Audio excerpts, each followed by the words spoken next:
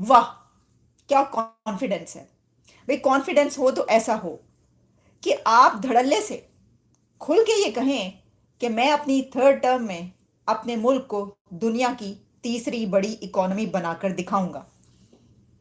Election से पहले और उस वक्त के जब आपके सामने एक मुश्किल मरहला हो कि नो कॉन्फिडेंस वोट जो अपोजिशन है उसकी बात कर रही हो, और आप कहें कि इससे मुझे कोई फर्क नहीं पड़ता क्योंकि मैं जानता हूं जो मैंने काम किया और मैं अपने मुल्क को तीसरी बड़ी थर्ड टॉप इकोनॉमी बनाऊंगा अपनी थर्ड टर्म में। ये किसने कहा? आप समझ गए होंगे।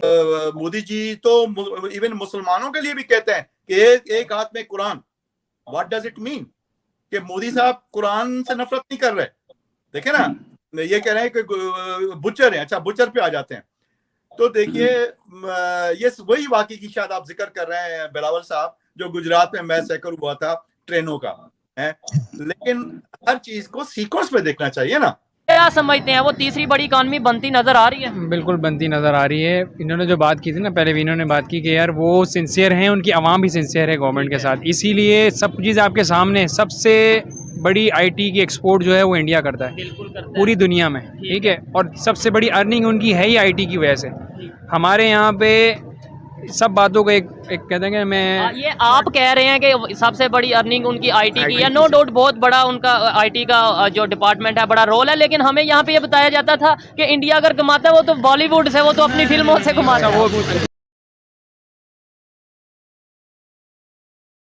जय हिंद दोस्तों, पाकिस्तान ब्रेकिंग न्यूज चैनल में आप सभी का हार्दिक स्वागत। हर बार की तरह इस बार भी प्राइम मिनिस्टर नरेंद्र मोदी ने ये इलेक्शन डेवलपमेंट के नाम पर लड़ने का फैसला किया है। इसलिए उन्होंने एक रैली में सरेआम कह दिया कि बीजेपी सरकार में भारत दुनिया की 5वीं बड़ी इकोनॉमी बन गई है, और अगर बीजेपी तीसरे टर्म में आती है तो निश्चय ही भारत दुनिया की तीसरी बड़ी इकोनॉमी भी बन जाएगी।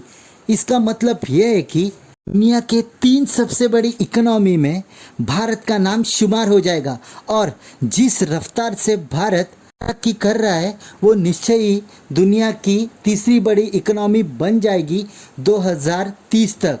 जहां पर बुद्धिजीवियों का भी ये कहना है कि भारत की रफ्तार देखकर ऐसा लग रहा है कि 2030 या 31 तक भारत जापान और जर्मनी को पीछे छोड़कर दुनिया की तीसरी बड़ी इकोनॉमी बन जाएगा। वहीं पर भारत ने इसके लिए बहुत सारे स्टेप्स भी उठाए हैं, जिसमें भारत ने अपने ट्रांसपोर्ट और फैसिलिटीज़ के ऊपर ध्यान देकर उसमें इन्वेस्टमेंट भी किया है। और इसका नतीजा ये है कि भारत अब दुनिया की फास्टेस्ट ग्रोइंग इकोनॉमी है, जहां पर आज हर एक देश भारत के साथ ट्रेड करना चाहता है और भारत में आकर इन्वेस्टमेंट करना चाहता है, क्योंकि जैसे माहौल भारत उन इन्वेस्टरों को दे रहा है वैसे दुनिया में कहीं पर भी नहीं देखने को मिल रहा है। आधे से ज़्यादा फैक्ट्रियां जो कि मैन्युफैक्चरिंग करती थी चाइना में, वो चाइना छोड़कर अब भारत शिफ्ट हो रही है और अपना बेस भी बनाने की कोशिश कर रही है। इसका मतलब यह है कि जितने भी मैन्युफैक्चरिंग दुनिया की होगी वो भारत से होगी और उसके प्रोडक्ट्स पूरे दुनिया में सप्लाई किए जाएंगे। तो क्या आने वाले दिनों में भारत दुनिया का मैन्युफैक्चरिंग हब बन जाएगा? ऐसे ही वीडियो को अंतिम तक देखते रहिए, लाइक कीजिए, शेयर कीजिए और सब्सक्राइब कीजिए हमारे चैनल को, और बेल आइकन दबाना बिल्कुल भी ना भूले। और आपकी जो भी राय हो उसे कमेंट बॉक्स में जरूर दे। धन्यवाद। मैं देश को यह भी विश्वास दिलाऊंगा कि तीसरे टर्म में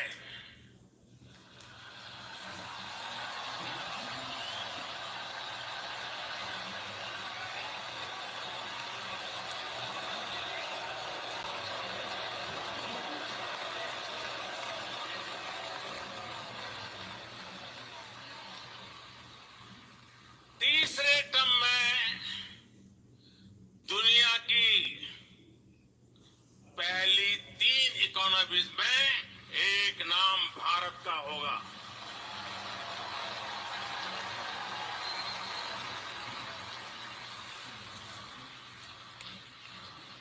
यानी तीसरे टर्म में पहली 3 इकोनॉमी में गर्व के साथ हिंदुस्तान खड़ा होगा। दोस्तों,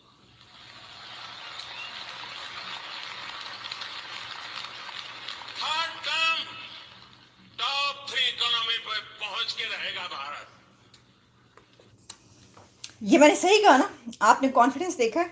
क्या है? देखिए, बात ये होती है कि हम ये देख रहे हैं, ये वैसे कोई, ये जो मैंने आपको खबर बताई ना, ये कोई नई खबर नहीं है। ये खबर इसलिए इस वक्त ये इतनी दिलचस्प है और इतनी अहम है कि ये उस बंदे के मुंह से हम सुन रहे हैं कि जिसने भारत को अभी तक जहां पर पहुंचाया है, 5वीं इकॉनमी तक, वो देख चुके हैं हम। अच्छा, ये जो बातें कही जा रही हैं तो बहुत अरसे से कही जा रही है ना कि जो इंडिया है वो 3rd इकॉनमी बनेगा आगे। ये तो कोई नई बात नहीं, हम इसके ऊपर बात करते रहे।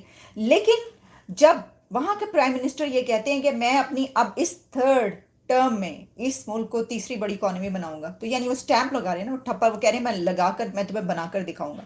बड़ी बात है। हम ये इस बात इसलिए कर रहे हैं कि देखें, जब कुछ अच्छा हो रहा हो ना मुल्क के लिए, आप देख रहे हो कि उस तरफ जा रहे हैं, तो आप ये बात कह सकते हैं ना। और फिर हम इसको इसलिए, इसको टॉक ऑफ द टाउन ये बात बन रही है, या इसके ऊपर टॉक करना इसलिए ज़रूरी है कि ये होता हुआ नज़र आ रहा है। हम देख रहे हैं कि हमारा हमसाया मुल्क कहाँ पर पहुँच रहा है। हम देख रहे हैं कि अभी तक वो कहाँ पर पहुँचा चुके हैं, और हम साथ में ये भी देख रहे हैं कि हम कहाँ पर हैं। तो मेरा तो कहने का मकसद सिर्फ ये है कि इतने ही कॉन्फिडेंस के साथ, इतने ही जज्बे और जोश के साथ जो है, सिर्फ बातों की हद तक नहीं। मोदी को कैसे देखते हैं? मोदी साहब जो है कोई वो थोड़ी है कि बंदूक लेके सड़कों पे आके, वो इतनी छोटी लेवल के दौर नहीं है। वो तो एक पॉलिसी मेकर है ना, विजन दे रहे हैं ना अपनी कौम को। तो और वो आज से तो सियासत में नहीं है, पहले वो गुजरात के सीएम थे, फिर उसके साथ आहिस्ता आहिस्ता आगे आ रहे हैं। तो कोई तो बात होगी कि भारतीय उनको जो है सर आंखों पे बिठाते हैं। भारत मोदी जी तो इवन मुसलमानों के लिए भी कहते हैं कि एक हाथ में Quran. What does it mean? कि मोदी साहब कुरान से नफरत नहीं कर रहे। देखे ना, ये कह रहे हैं कि बुचर है। अच्छा, बुचर पे आ जाते हैं। तो देखिए, ये वही वाकई की शायद आप जिक्र कर रहे हैं बिलावल साहब, जो गुजरात में मैसेकर हुआ था ट्रेनों का है। लेकिन हर चीज को सीक्वेंस पे देखना चाहिए ना। जो गुजरात में रॉयट्स हुए थे, हिंदुओं ने किए थे मुसलमानों के खिलाफ, उसके पीछे की कहानी जो है वो क्यों नहीं आप बताते? रोहित भाई, आप मुझे थप्पड़ मारेंगे हैं, तो मैं आपको अगर थप्पड़ मार दिया तो मेरी थप्पड़ तो आपको याद रह गई कि मैंने थप्पड़ मारा है। लेकिन आपने जो मुझे थप्पड़े मारी, आप क्यों नहीं भूल जाते हैं जनाब? भाई तो रॉयट्स हुए थे मोदी साहब के मौके पे, अपने इक़्तिदार के दौरान जब ये गुजरात में थे। उससे पहले मुसलमानों ने हिंदू मुसाफिरों, ट्रेन थी, उसके मुसाफिरों को आई डोंट नो कि क्या रीजंस थे, जो है मुसलमानों को पकड़ लिया और उनको जो है बड़ी बेदर्दी से जलाया, मारा, पीटा, कूटा। उनकी जो है यानी हद से ज्यादा जो है वो जुल्म किया उनके साथ मुसलमानों ने गुजरात में। क्या समझते हैं, वो 3री बड़ी इकॉनमी बनती नजर आ रही है? बिल्कुल बनती नज़र आ रही है। इन्होंने जो बात की थी ना, पहले भी इन्होंने बात की कि यार वो सिंसियर हैं, उनकी आवाम भी सिंसियर है गवर्नमेंट के साथ, इसीलिए सब चीज़ आपके सामने। सबसे बड़ी आईटी की एक्सपोर्ट जो है वो इंडिया करता है बिल्कुल करता है। पूरी दुनिया में, ठीक है। और सबसे बड़ी अर्निंग उनकी है ही आईटी की वजह से।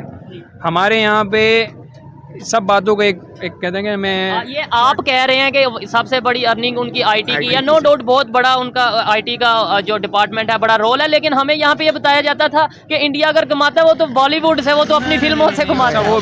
यही वाली सारी बात है ना कि आवाम को धोखे में रखा है शुरू से ही। अगर इंडिया के प्राइम मिनिस्टर हैं इस टाइम, उनके बारे में आपसे अगर ओपिनियन ली जाए कि उन्होंने इंडिया को कितना ग्रो किया, क्या उनकी वजह से कोई ग्रो हुआ या नहीं, तो क्या ओपिनियन देंगे इसके ऊपर आप? क्योंकि ये तो मेरे को लगता है दुनिया में अभी सबसे ज़्यादा जो ब्रांड चल रहा है ना, कोई भी आप कोई भी चीज़ ले रहे, ब्रांड इंडिया का ही चल रहा है। देखिए, ये इसलिए भी ज़रूरी है कि क्या हमारे अपने मुल्क में, पाकिस्तान में, कभी किसी सियासतदान ने, किसी पॉलिटिशियन ने इतने धड़ल्ले से ये बात की है? किसी के खिलाफ नो कॉन्फिडेंस वोट की अगर बात की जाए कि वो ये कहता है कि भाई लेकर आओ, आप करें मेरे सामने, मैं देखूंगा, मुझे कोई मसला नहीं है, कोई फिक्र नहीं है, और मैं अपने मुल्क को इतनी बड़ी बना के दिखाऊंगा। ये बड़ी बात है, बहुत बात है। तो मैं आपको बताती हूँ कि ये हम बात करें इंडिया के प्राइम मिनिस्टर नरेंद्र मोदी साहब की, और उन्होंने एक तकरीब थी जिसमें उन्होंने ये बात की, जो कि उद्घाटन था, यानी कि एक इनाग्रेशन थी, और उसमें ये कहा जा रहा है कि भारत मंडप जो है उसकी प्रगति, उसमें जो है उन्होंने ये तकरीब में स्पीच की।